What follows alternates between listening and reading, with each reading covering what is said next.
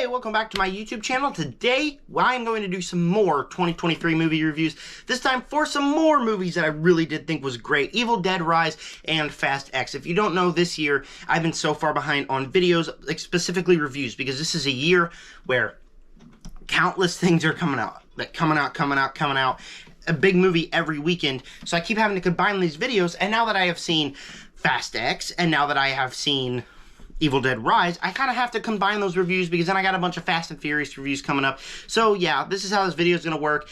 Part is going to be an Evil Dead Rise review, talking about that movie. And then the second part is going to be a Fast X review. Then at the end, I normally say which one I enjoyed more, even though, you know, I really did love both of these movies. This is easily the best year in 2023 that I've had since I've had this channel. I mean, 2020 was a mess. 2021, I didn't necessarily think that was a fantastic year. 2022 was a great year. Let's just be honest, it was a great year. It was a return to form for movies. This year is the year that I feel like every movie I watch, like, my worst movie of the year is We Have a Ghost, which isn't the worst movie of all time. So this is just a great year. These are two movies that I hope that stay in my top 10 for the rest of the year, combined with whatever movies are coming out in the next 7 months of the year. Because, let's be honest, these two movies are great. But what did I love about them? I'll tell you in this video. But before I do that, please make sure to subscribe, hit the like button, hit the bell, and comment down below what is your opinions on Evil Dead Rise and Fast X. I am a big fan of Fast and Furious franchise. I'm not the biggest Evil Dead person. Before this one, I only saw Evil Dead 1, and I'll tell you more of that. With that said, go ahead and do all those things, and we are going to get started with Evil Dead Rise. Now, if I'm being honest, I'm not the biggest Evil Dead person, because going into this, I planned on watching the whole franchise. I mean, every movie's kind of short, so it should be an easy watch, right? Well, I watched the first one, and then I didn't watch any of the other ones because, you know, kind of had other priorities in the Fast and Furious franchise, you know. So, with this one, I only saw the first one, and I decided I was looking on a app that I have, and I was like, I want to watch a movie. Let's watch Evil Dead Rise.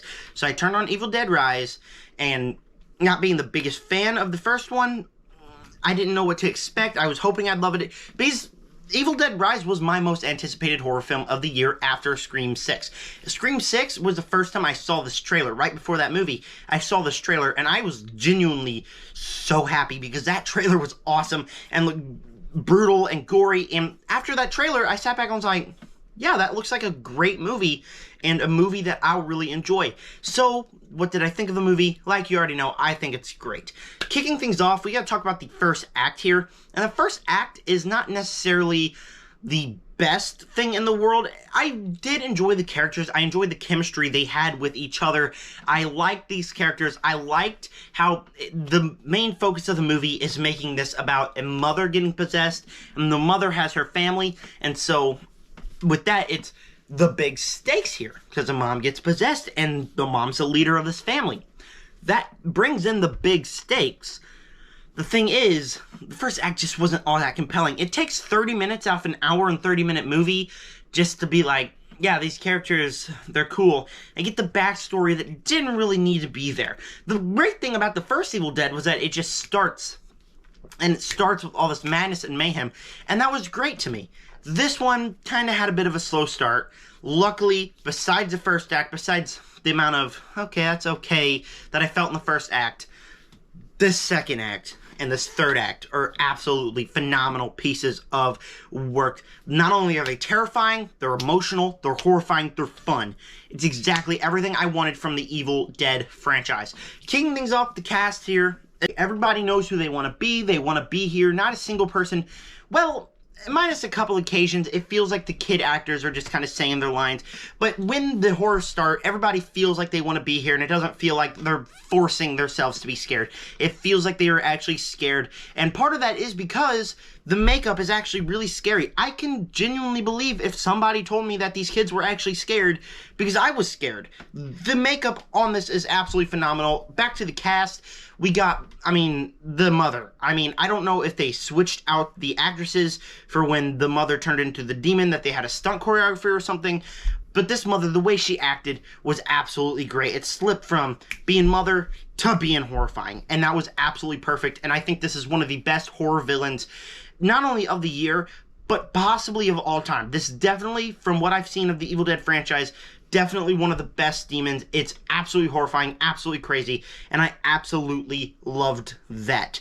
Also, the other cast members, like I said, pretty great. Like I said, the kid members kind of just saying their lines a couple times, but when we get to the horrifying, that's what really works. And then the sister, the final girl of this, is also really compelling. Talking about the family, like I said, the thing pits with the more danger. It takes the mother, who is leader of this family, she dies, and this family is torn apart just from that. After watching the trailer, I was like, yeah, but the mother's gonna be okay. It's gonna be a happy ending. And then the moment the mother gets possessed, I genuinely sat back and was like, there's no coming back from that. She is dead. And that is so emotional stakes. And speaking of the stakes here, the movie has the balls to kill off most of the family. I was genuinely like, yeah, the mother died. Sad. The kids are gonna be okay. Everybody else in the apartment's gonna die, but the kids and the sister's gonna be okay. No! It's the sister and the little girl that survive. All the other kids die. That's absolutely crazy to me. How this movie has the balls to kill off the kids. It reminds me why the Evil Dead franchise is so beloved. And it's because the franchise has balls, man.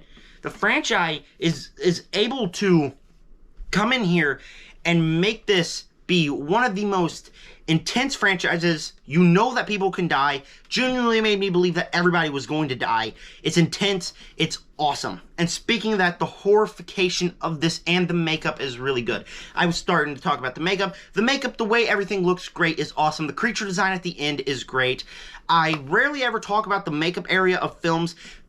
I got to talk about it with this one because it's absolutely perfect and it makes it look absolutely great. The demon design is perfect. Even the final monster, which we'll talk about in a few minutes, that is absolutely phenomenal as well. Also, with that, we get the horrifying elements. And like I said, first 30 minutes, kind of a slow start. When we get into the groove of things, when you get into the final act of the film, even the middle act of the film, it's absolutely horrifying. With the makeup design, the demon, it's all just terrifying. There are scenes here where you see something going to happen. They had a tattoo needle that was about to go into somebody's eye. They have cheese grater scenes. I mean, the famous cheese grater scene. That's all absolutely horrifying to me. And it makes you cringe. It makes you shake. It makes you like, I don't want to look, but I want to look at the same time. That's what I love that a horror film can make you do, is make you not want to watch, but want you to watch. It's intense, it's great, it's terrifying, and it's perfect. The final creature. I mean, I don't know the lore about this. I don't know if there's different kinds of demons. I don't know if we'll learn about that in the other 3 movies I have to watch. But the moment, like, the page flips and we see the picture of the giant creature that combines, I saw that everyone was going to die, and I was like, yeah, this movie is perfect. I genuinely got up off my seat. I said, this movie's perfect. This movie's awesome. And I walked away with the biggest smile on my face. This movie is genuinely incredible. And just that creature design, phenomenal. It looked great. It looked creepy. It was terrifying. It was awesome. The third act, what they did with that, with the creature, was amazing. I mean, it was awesome. You might be thinking my positives are done now. No, I still got more. I still got more. The slashing. And when I got out of the first Evil Dead, it didn't remind me of a typical slasher where people just die. It reminds me of like an isolated, creepy, weird movie. It didn't remind me of the normal slasher, my favorite kind of horror movies. This movie combines the weird, creepy, all that blood, all the gore, all the stuff that the Evil Dead movie franchise is known for, with also the slasher vibe. I mean, the slasher vibe with the mom going in there and in the hallway killing people. I mean, just everybody, you see her just randomly kill people. And that's what's great. That's what elevates the danger. If it wasn't already danger enough, you know that everybody's gonna die. And it's dangerous, it's scary, that adds to all of that as well. And my final positive, the thing that adds to the most of all of this, is the choreography. We end this movie, and in the movie there's a scene where you're peeking through the peephole, and it's literally just like you're looking through the people, seeing all this chaos out, and it was perfect. All the choreography, all the chemistry was absolutely perfect. It was well done. Not only is this movie entertaining, it's enjoyable, but everything that the people making this movie put into it is great. The choreography, the makeup design, the performances, all of the technical parts of this film are absolutely perfect and made very well. And like I said, the choreography, it's all perfect. All the shots were beautiful. There are scenes where you're staring at one person, the next part you see things coming through the vents. I loved it. I love this movie. There's not a movie that I will walk out of this year saying, yeah, I'm going to be freaked out from this one for days. I mean, this is another fantastic movie. I absolutely loved it. Cannot recommend this one enough. Like I said, the first 30 minutes, kind of off to a slow start. I started contemplating like, okay, it's kind of boring. My mind's going to fade away. The moment we got into the stuff that I wanted this movie to be, it was absolutely fantastic. The first act wasn't all that great. That's why it's going to be notched down just a little bit. But besides that, Evil Dead Rise is going to get an A from me. A phenomenal horror film. What is going to go down in 2023 is probably the best horror film. I'm not going to consider Missing a horror film or Knock at the Cabin a horror film. This is a full-out horror film that in the second and third act gave me everything I wanted, and I was widely entertained. I love this film. I think it was perfect. Going on, next up, we got Fast X. And I know what you're thinking. Yeah, it's Fast X. Okay, it's not going to be as good as Evil Dead Rise. Wrong. I don't know what's wrong with me, but it's above 2 spots. It's ahead of Evil Dead Rise. Yeah. I don't know if it's bias. I don't know if it's recency bias, because this year, I'm going to give you a bit of context for what my experience with the Fast franchise is. So, I watched the first one, and then I went to the theaters to see F9. First one's a great movie. I hated F9. Then I saw Hobbs and Shaw, which I think is a good movie. Not one of the best of the franchise, but this was a franchise that I was like, yeah, it's not all that great. But before this one, I was like, I'm going to watch all the movies so I can do a ranking. Spoiler alert, ranking coming in a couple of days. And I was like, I'm going to watch all these so I can do a ranking. That's exactly what I did. And I love this franchise. I mean, from the second movie, there was a bit of a hiccup with 3 and 4, but all the other movies are fun, enjoyable action films that makes this my favorite action franchise of the year. If you watch my shorts, you would have seen my short that said that was about the best action franchise, talking about Fast and Furious. I just love this franchise. I think it's a perfect franchise, and that for me is why I was so excited walking into this movie, because I watched all the movies, I think it was great, and I loved it. I absolutely loved this movie. I think it was great. And like I said, recency bias maybe, but the movies never really grew old on me. I don't know why. Maybe it's because, like, normally when I'm binging something, I get tired of it. I never really got tired of this franchise. I get people saying after Furious 7 the franchise should have ended. 8 isn't great. 9 is terrible. But we're back to form with 10. We really are. This movie is fantastic. I absolutely loved it. Starting off, the cast all here is great. Vin Diesel, back to his normal action self. That's not all just family and my family and whatever. That was really cringy in the ninth movie. I really didn't think that worked in that one, but it really works here, and I really did like Vin Diesel. Everybody else is really great. Ludacris, really great as well. I mean, I love the whole cast here as well. Jason Momoa is the big standout, though. Momoa is the best Fast franchise villain. Gonna hands down say that. People are comparing him to the Joker. That is a 100% accurate comparison. The Joker he's absolutely phenomenal in this movie. He's terrifying. He's dangerous. You feel the weight that he has. In what movie besides the Fast and Furious franchise are you going to sit back and see a scene where a guy is talking with 2 dead corpses while painting their nails, and like, he's just crazy, and it's absolutely awesome. Shows off Momoa's acting chops here. And the whole family here is great. Everyone has great chemistry like they always do, like I always love about these movies. It was just really good and really fun and really phenomenal. I loved it. I loved the cast here. The action, like, there's not that many memorable action scenes, like, memorable action scenes. I'm sorry. I liked a lot of the action scenes here.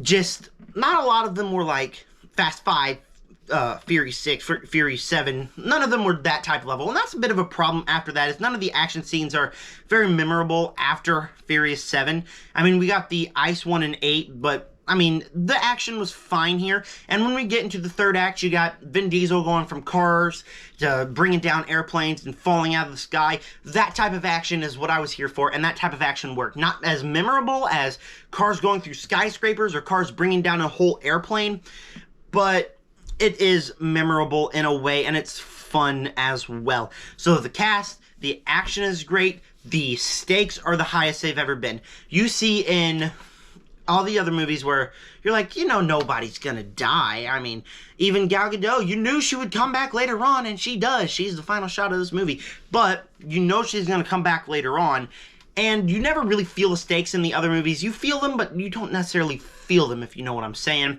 This movie, you feel the stakes. You feel them. You are impacted by them. You have a feeling that people will die. You know this is the end of the franchise, so whoever dies will most likely stay dead. And by the time the movie ends, you are led to believe that Roman, Tej, Ramsey, Han, Vin Diesel, Vin Diesel's son, Jacob, everybody. You're led to believe that everybody dies. Because the villain is so complex and big and dangerous, and you feel the stakes. And I felt the stakes here. I'm telling you, I was literally sitting back in the theater, and the whole final act, I had my hand on my chest, and I was like, oh my gosh, is this how it was going to go? This was one of the most excited I've been during a final act of all time. This final act was phenomenal, and the way the movie left off, I know a lot of people are saying, oh, it's just a cliffhanger. The cliffhangers aren't good. I don't like cliffhangers. I sat back and I was like, give me more. I love that. This movie is 2.5 hours, and it felt like a breeze. It felt like a breeze to get through. It felt like I wanted to watch the next one. I wanted more out of the movie. And there's movies that I say I want more out of that aren't a positive. That is 100% a positive here. I wanted more out of the movie in the best way possible. I cannot wait for the sequel. That's my most anticipated movie of the whatever year it's coming out of, because I just wanted more, and it works, and the cliffhanger is intense. Led me to believe that his son died. If you've also watched my shorts, you would have seen my predictions, and I believe that a bunch of people die. Obviously, I mean, I know they didn't kill off Jacob. Jacob's going to come back. It's pretty obvious. But, I mean, it's just awesome and intense, and I was so excited in the final act. And even though it's kind of like Infinity War, you sit back and you think, it's like Infinity War. Like, you get the characters, you get the big bad that you know will kill some people, and you separate all the characters. Every character has their own unique. It's paced like Infinity War, where in Infinity War, the pacing was you go to one character to one character. So every time I started to get bored of a plot line, we moved on to the other one and made it even more entertaining. And I love that from the movie. I absolutely loved that from this movie. I think it was great. I think it worked really well. The Infinity War type thing. And in Infinity War, it's the easily most rewatchable one. And I'm going to go hands down and say this. This is probably going to be the one that I rewatch the most out of all of them. I mean, 5, 6, and 7 are great, but they, honestly, on those movies, I kind of felt the length from that one, from all those. This one, I didn't feel the length, which will make it a breeze to get through to watch. And I absolutely loved that. And I absolutely loved a lot of things from this movie. I think it really works. The pacing really works. It's all really great. And this is another fantastic movie in the Fast and the Furious franchise. I loved it. It's number 4 on my ranking. I got hate on Twitter for saying that great because people don't like it. I'm beginning to think you guys didn't see the same movie I did, because I don't even really think it's recency bias. I think it's the fact that this movie does a lot of things right, and you guys come into this one not wanting to love it. I'm going to tell you, I came into this one saying, like, the biggest naysayer. I was excited for the movie. I didn't think it would be good, though. I genuinely walked in the theater not thinking this would be good. And I walked away, this is in my top 5 of the franchise, which is saying something because I love so many of these movies. It works. It's great. It's not a perfect movie. It is really good. And speaking of it not being a perfect movie, I do got a couple of negatives with it. The first one is the first half hour. I genuinely sat back and was like, we're going the F9 route again. great. Because it's like a family barbecue, and it wasn't very funny, and then Vin Diesel talking to his mother, and like emotions and F9 stuff. That just didn't really work. In the first action sequence, I wasn't really all that engaged in the movie. But the moment the first half hour is done, the moment it starts embracing its Infinity War, its stakes, its enjoyment, is the moment that I say this is one of the most perfect Fast movies. And like I said, the action sequences in this one aren't as memorable as the other ones. I love the other ones. I love them so much, but none of the action sequences here are as perfect as cars flying through a skyscraper, or bringing down an airplane, or dragging a safe through a city. None of them were all that perfect. I did really love this movie, though. This is probably the most rewatchable one. I'm going to buy the steelbook of this. If I buy a steelbook, that's the highest honor I can give it to. I know I'm a bit late on this review, but I highly recommend you go check this one out. Fast X is also going to get an A. I love this franchise. I'm going to have a ranking of it in a couple of days. It's a great movie. It's a great franchise. But thank you guys for clicking on this video. Like I said, I have a bunch of videos. I'm going to rank the Fast characters in a tier list. So that video is going to come up. And then I'm watching all the Spider-Man movies now. On my second channel, I believe I'm going to do a ranking of the Fast villains. I got a bunch of videos coming up. I'm really behind. Thank you guys for clicking on this one. And with that said, subscribe to join the Nerd Army. Peace out.